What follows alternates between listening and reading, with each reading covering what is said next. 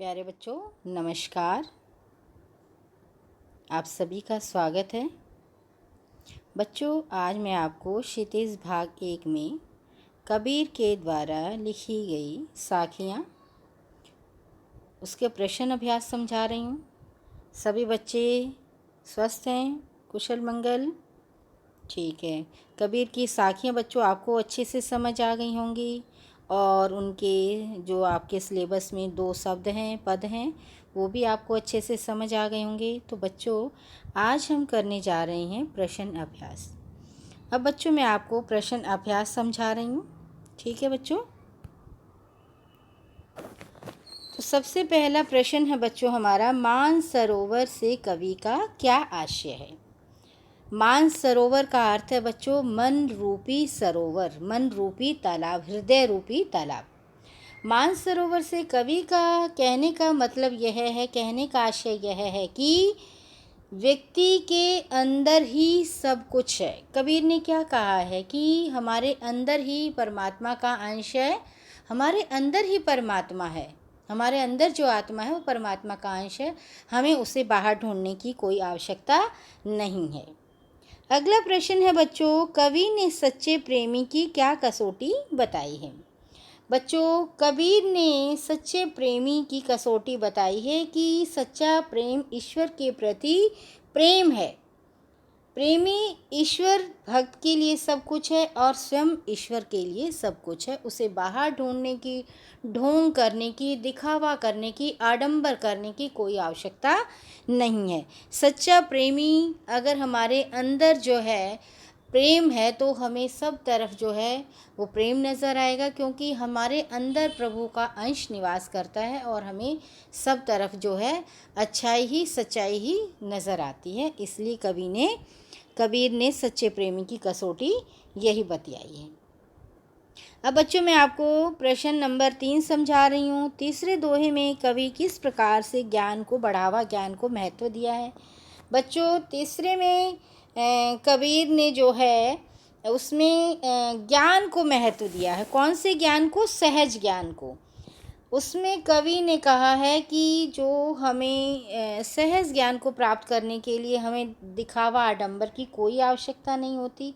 संसार के लोगों की हमें परवाह नहीं करनी चाहिए। लोग कुछ भी बोलते हैं उनसे हमें परे रहकर ही सब कार्य करना चाहिए। लोगों की बातों में नहीं आना चाहिए, उनके बहकावे, क्योंकि कबीर ने लोगों को क्या कहा? श्वान रूपी कुत्ते की तरह बताया। उनका स्वभाव भौंकना है और उनका स्वभाव भौंकना है, वो तो भौंकते रहेंगे, तो हमें उनकी तरफ ध्यान नहीं देना चाहिए। हमें अपने जो मन है, कौन सा मन है जिसमें कि हम सहज रूप से, किसी सहज रूप से ज्ञान जो है सहज रूप से उसको प्राप्त कर सकते हैं।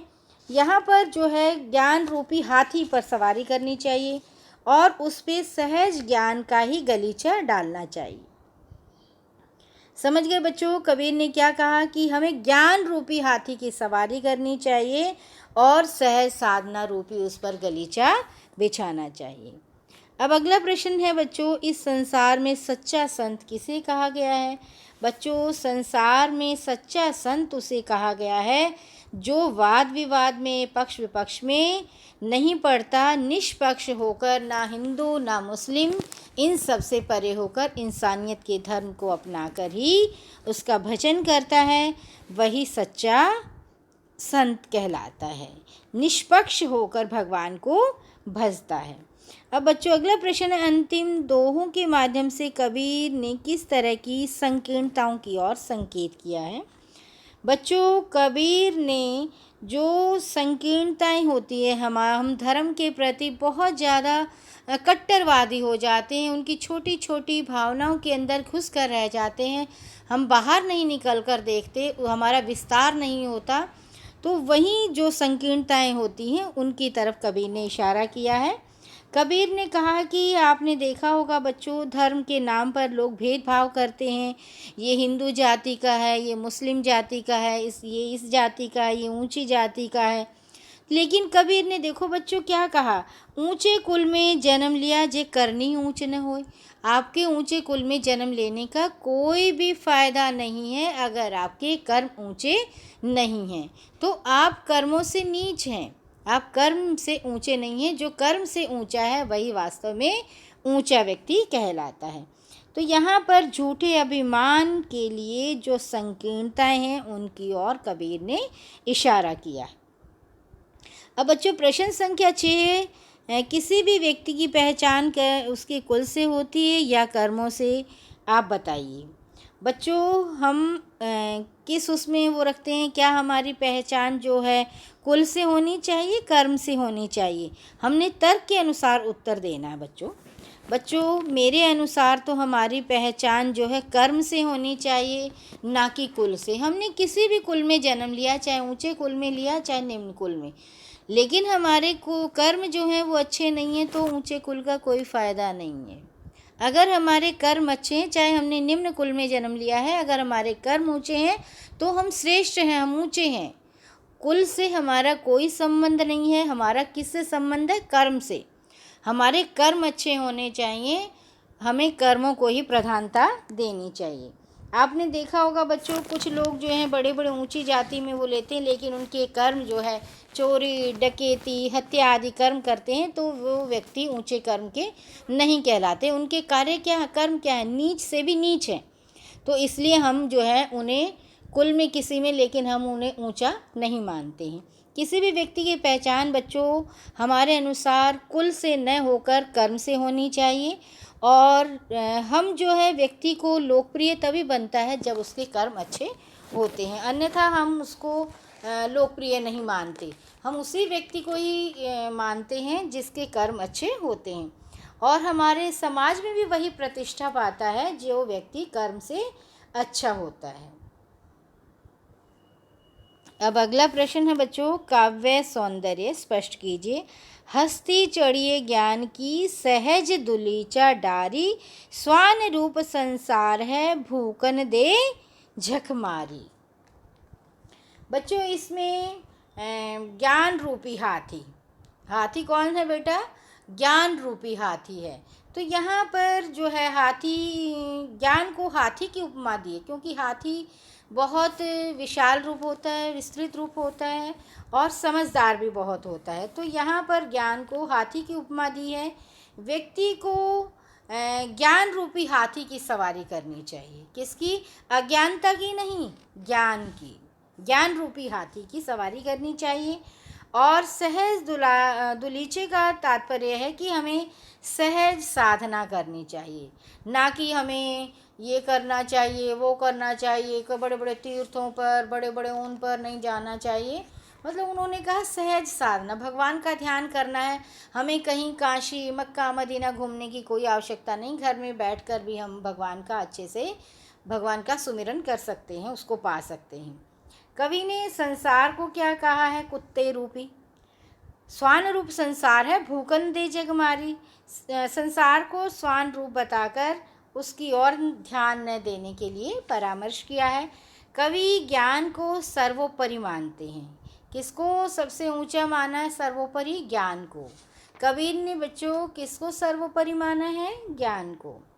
और संसार तो हंसी उड़ाने का एक माध्यम है, लोगों का काम है। कोई अच्छा व्यक्ति है, हमेशा उसकी निंदा करना ये मनुष्य की एक प्रवृत्ति बन चुकी है। अच्छे लोग संसार को बर्दाश्त नहीं होते, वो हमेशा उनकी कमियां निकालते रहते हैं। आपने देखा होगा, रोज़ आप दूरदर्शन में, टीवी में भी देखते होंगे, गली मोहल्ले, समाज, रिश्ते में भी देखते होंगे। जो व्यक्ति अच्छा होता है सब उसकी निंदा करते रहते हैं।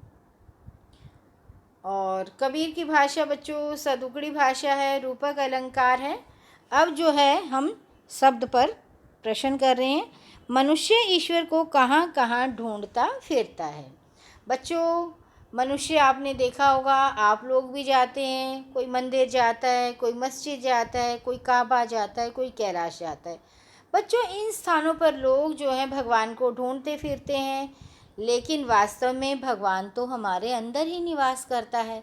परमात्मा का अंश आत्मा जो हमारे अंदर ही निवास करती है, उसे हमें बाहर ढूंढने की आवश्यकता नहीं है। हमारे कर्म ही प्रधान होते हैं। हमें अच्छे कर्म करेंगे तो हम जो है भगवान के निकट अपने आप को पाएंगे, और उसे कहीं तीर्थों में ढूंढने की कोई आवश्यकता नहीं है। कबीर ने ईश्वर प्राप्ति के लिए किन किन प्रचलित विश्वासों का खंडन किया है? बच्चों, कबीर ने जो है, जैसे हम विशेष स्थान है, मंदिर जाते हैं, मस्जिद जाते हैं, काबा जाते हैं, काशी जाते हैं, कैलाश जाते हैं, तो उन सब का जो है खंडन किया है। उन्होंने कहा कि हमें कहीं भी ईश्वर को ढूंढने की आवश्यकता नहीं है। अगर हम ढूंढना चाहते हैं तो हमारे अंदर ही ईश्वर है, हमें बाहर ढूंढने की कोई आवश्यकता नहीं है। कोई तीर्थों में नहीं पाया जाएगा, कहीं भी आप बेफालतू बेसमय अपना समय बर्बाद कर रहे हैं, इधर उधर घूमकर तीर्थ स्थानों पर जाकर उन पर जाने की आवश्यकता नहीं है। सबको व्यर्थ बताया है कबीर ने। और ईश्वर को क्या कहा है कि हमारे कर्म में है। ईश्वर कहाँ है? हमारे क्रिया कर्म में है, और जो है योग वैराग में भी पाया जा सकता है। ठीक है बच्चों, कबीर ने सहज भक्ति से प्रभु को पाने की बात कही है। अगला प्रश्न है बच्चों, कबीर ने ईश्वर को सब श्वासों की श्वास में क्यों कहा है? बच्चों, कबीर ने, जैसे हम बच्चों सांस लेते हैं तो हमारे मन मतलब श्वास का आवागमन होता है, तो उसी में किसका निवास है? प्रभु का। अगर हमारे अंदर श्वास नहीं है, आना जाना बंद हो गया, तो प्रभु का निवास भी हमारे पास नहीं है। तो जो हम सांस लेते हैं वो सब प्रभु के द्वारा ही दिया जाता है, और उसके द्वारा अगर सांस नहीं तो हम कुछ भी नहीं हैं, क्योंकि ईश्वर सभी के अंदर श्वास के रूप में विद्यमान है, उसे बाहर ढूंढने की आवश्यकता नहीं है। ईश्वर हमारे अंदर ही मौजूद है। अगला प्रश्न है बच्चों, कबीर ने ज्ञान की आगमन की तुलना सामान्य हवा से न करके आंधी से क्यों की है? बच्चों, यहाँ कबीर ने जो है आंधी से की है, हवा से नहीं करके ज्ञान की तुलना। किसकी? ज्ञान के आगमन की। जब हमें ज्ञान हो जाता है तो अज्ञान अपने आप से उड़कर चला जाता है। कबीर ने ज्ञान के आगमन की तुलना एक सामान्य हवा से न करके आंधी से की है, क्योंकि सामान्य हवा की स्थिति में कोई परिवर्तन नहीं होता। हवा चलती है, हमें कोई महसूस भी नहीं होता। अब देखो, कुछ दिन पहले अभी आंधियाँ चल रही थी, तूफ़ान आ रहे थे, यास है और भी तरह तरह के तूफ़ान आए, तो उसमें बच्चों आपने देखा होगा कि परिवर्तन आता है, बहुत ज़्यादा परिवर्तन आता है। कुछ मकान विध्वंस हो जाते हैं, रहने के स्थान ख़त्म हो जाते हैं, लोग ख़त्म हो जाते हैं, पूरा ही परिवर्तन, पूरी ही चीज़ें, बहुत सारी चीज़ें, पेड़ उखड़ जाते हैं, बहुत सारी चीज़ें विध्वंस हो जाती हैं। और जब आती है तो वो अज्ञानता को उड़ा ले जाती है।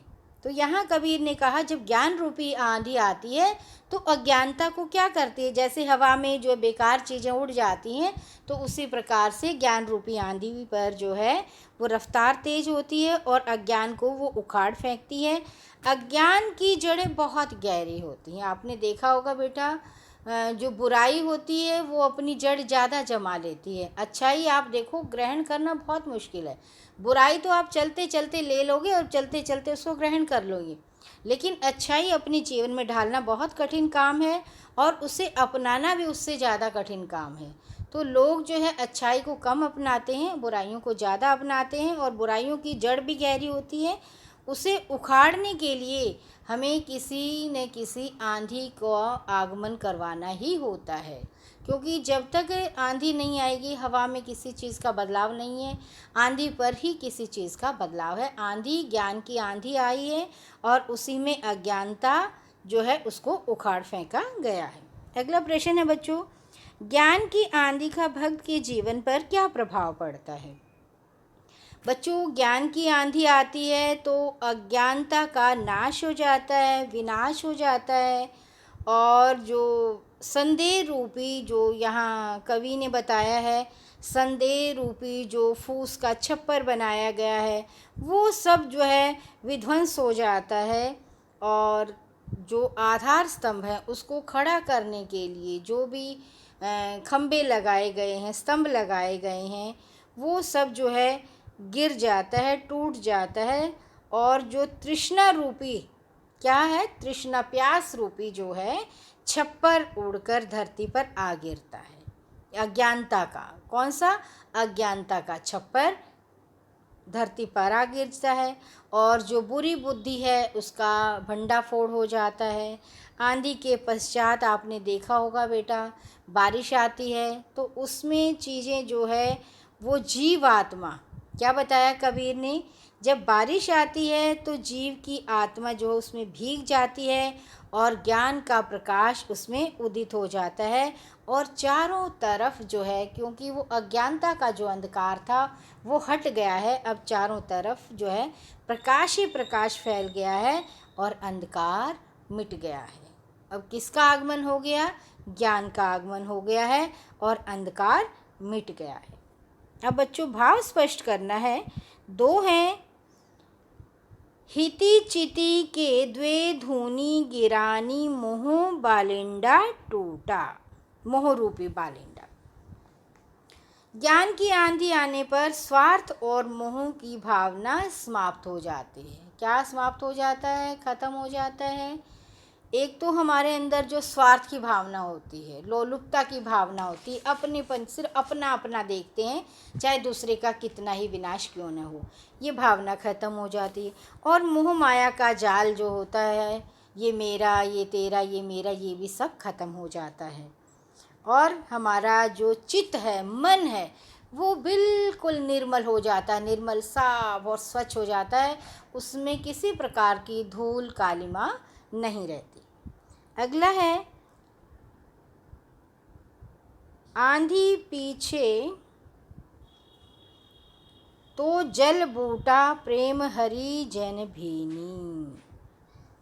क्या कहा बच्चों इसमें? ज्ञान की जब आंधी आई है उसने जो है बहुत सारी चीज़ों को, अज्ञानता को उखाड़ दिया है, तो अब जो है वो प्रेम रूपी जल बरस रहा है, जिसमें जीवात्मा को ज्ञान हो गया और उसमें भीग रही है, आनंद की अनुभूति हो रही है। ज्ञान प्राप्ति के बाद बच्चों असीम आनंद की अनुभूति होती है। धन्यवाद बच्चों, आपको बहुत अच्छे से सारे प्रश्न समझ में आ गए होंगे।